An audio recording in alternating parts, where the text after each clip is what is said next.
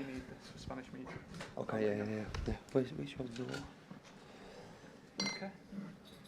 While Kyle gets himself set. Hello guys, hope you're well. Same process as ever, if not with about 4 times as many people. We've got microphones on either side, so you can let me know you'd like to ask a question. I'm not going to promise that we'll get to all of you, given how many there are. But we will do our best. If we can take questions from English media first, please, or English speaking media at least, and if there is anything in Spanish after that, we'll try and take a couple towards the end. Somewhere to start, please? Simon, thank you. Kyle, hi. Hi. Your battle last week with Vinicius Junior was one of the highlights, highlighted on social media after the game. What's it like to play against someone like that? Is that an ultimate test, and how important is that personal battle in winning the game? Well, good afternoon.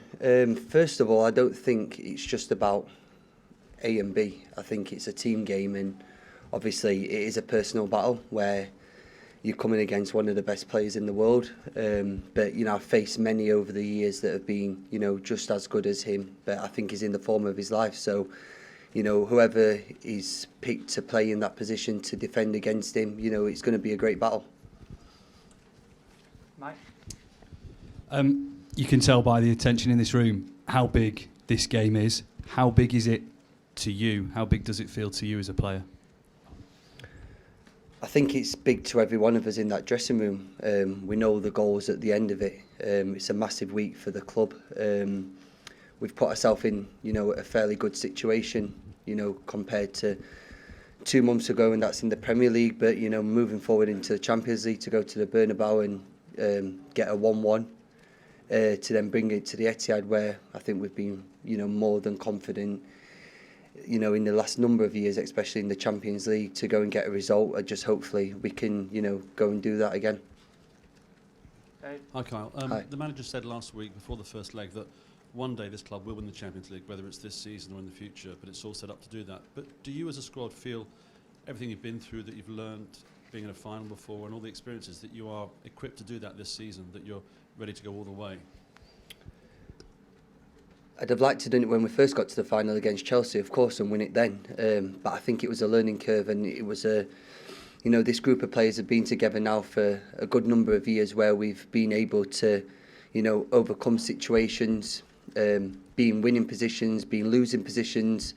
Remember the one against Tottenham where we thought Aguero scored and we're all almost through, and then they go and score at the other end. So we've gone through, you know, rough and good moments, but hopefully now, you know, this is the icing on the cake where we can go and obviously put our name in the history books for this club, and put this club on, you know, the Champions League map, really. Kyle, just coming back to Vinicius again, can you just tell us what goes through your mind when he's got that ball in front of you and he's running at you? Because he's got the pace, hasn't he? He's got the skills, and like you say, he's in the form of his life at the moment. I take it as any other game. You have to show him the level of respect. It's like I said with, you know, Mbappe when I played him in the World Cup. You give them respect that they deserve, but you're not going to just say go and walk through and go and score. You know, I'm representing Manchester City. I'm representing a massive football club here, and the ambition for this club is massive. So if I can't compete with these top players that are playing for Real Madrid, Paris Saint-Germain, you know, Chelsea or whatever it may be, then I shouldn't be here. I shouldn't be sat in this chair talking to you. You know, I need to make sure that I come against the best, and, you know, I can deal with the best. Ben, have you got a mic there? Hi, Kyle. Ben from Sky. Kyle, it wasn't that long ago that you had found yourself out of the side, and the manager sat right there and he explained to us why you weren't being selected at that point, and he was essentially saying there were certain elements of your game that you weren't able to do from what you wanted in that position. You've obviously since got yourself back in, but when you heard what he said that day, how did you react personally to that? I have to react as a professional. He's my manager, he's my boss. Sometimes, you know, certain opinions in football you don't always agree with, but for what he's done for me in my career, especially what he's done for Manchester City in the last 6 years that I've been here, has been nothing short but, you know, tremendous. So, did it hurt? Of course it did. Of course it did. I wouldn't be sat here lying to you and saying it didn't hurt. Of course it does. You start to doubt yourself, but I think that you just have to go back to basics. You have to go back to what you're good at, what you're, you know, what he bought you for, and proving wrong. And I think that's what I've just done. I've just got my head down. I've made sure that I'm with the lads. You know, I'm one of the captains. I need to make sure that, you know, my disappointment isn't shown on the team as such, you know, and I move on as professional as I can be. Simon. Hi Kyle. It was a difficult period for the team in kind of December, January, February as well. Did you feel at that point in the season that you would still be able to end up where you are now in the Premier League and Champions League and FA Cup? Champions League, I thought we was doing well.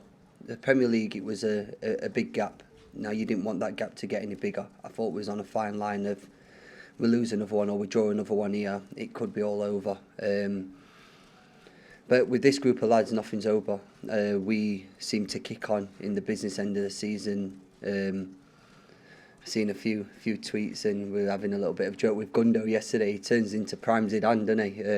In the last couple of months. But that's just what these players do. You know, the born winners, the top world-class players. And sometimes you have to shine, and these seem to do it, you know, in the business end of the season. Hi, Kyle. You mentioned the Mbappe thing there, and obviously we all made a big deal of that at the World Cup, and yet that night, although you didn't win the game, passed off pretty well for you. There's a couple of instances on Sunday at Everton where you kind of came across and got your team out of trouble with your speed. You're 32 now. It's not old, but it's not as young as you once were. Do you think you're still as quick as you always have been? And if you are, is there any particular reason why you think you've managed to maintain that while some players don't always want to get the other side of 30? Okay, I'm 32, but I'm not old. I still feel great. I still feel fit. Bar the injury where I ruptured my groin before the World Cup, I've kind of kept myself, you know, relatively in good shape. I look after myself on and off the field. You know, I try and make sure that I get the work in the gym to make sure that my muscles can cope with the load that I'm putting on them. And I probably have to say a big thanks to my mum and dad. It's genetics, because, you know, as you said before, some players do start to slow down, but I think one of the lads in the sports science was saying I hit 37.5 the other day in the speed thing, so I don't seem to be getting any slower, and long may that continue. Hi Kyle, another speed question, because I looked at the UEFA stats which show that you have 35.2 as your maximum in the Champions League, which is the exact same as Erling Haaland. Yeah. So my question is, who is actually the fastest one, and can you give us an insight in your speed battles and in the training ground? Well, the manager doesn't like to really do things over big areas, so for both of us we take probably quite a little bit of time to get up to speed, but I think Erling's very, very quick. I think he's shown that with some of the goals. Other strikers, you know, that I've played with don't really make them chances. Sometimes he does create chances just by his brute strength or his speed, and you know, that's an asset that he has to use, but I'd still have to back myself. Kyle, going back to that moment between you and Vinicius after the final whistle last week, why did you decide to go and hug him? What did you say to each other? And the message that you are opponents but not bitter rivals in an environment, especially that he has to live in Spain? I went to hug him because he tried to rainbow flick me.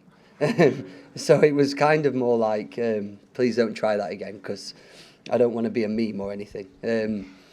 But I think, you know, boxers, they fight, they have a good battle, and then they shake hands after. And I think that's the level of respect that I do have for him. It was the same with any other player that I feel when it's a good game, you know, you go and give them that level of respect because they deserve it. You know, they're carrying a lot of pressure on their shoulders as well to take, you know, a massive club like that, you know, over the line in the Champions League. They've not done well in their league, and, you know, this is their kind of the last prize that they need to go and win. So you show your respect to him, but as again, tomorrow night, if chosen, you know, there's no respect after the whistle. I'll give him the respect that he deserves, but before then, you know, it's kind of dog eat dog. Hi Kyle, talking there with Simon about the kind of rough patch that City had a couple of months ago, and you saying there was a big gap in the Premier League.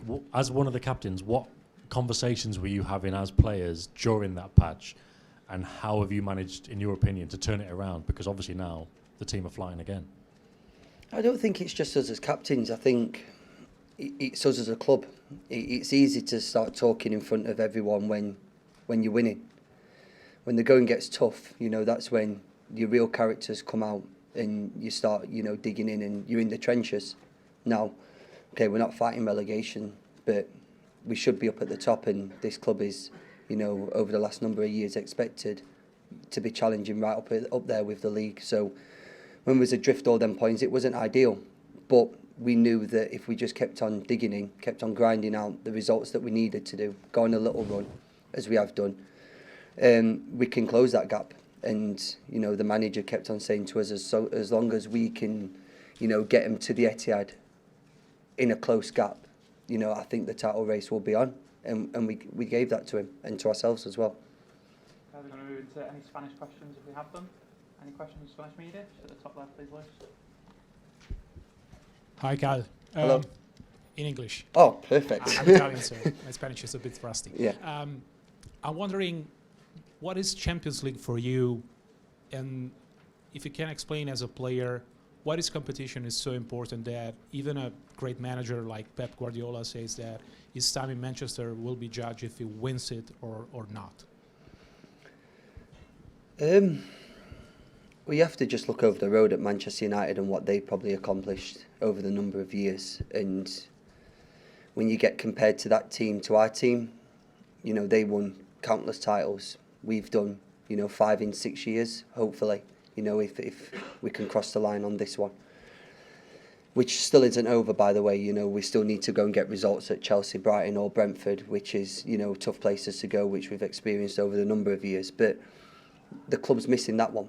The club's missing that one, and I think for, you know, the owners, the amount of, you know, money that they've pumped into this club, the investment that they've done, you know, we owe that to them. Now, to get to the Champions League final against Chelsea and probably not perform as well as we do, we owe that to ourselves as well, to kind of get some, you know, some revenge for ourselves, because we knew that was below par on that day.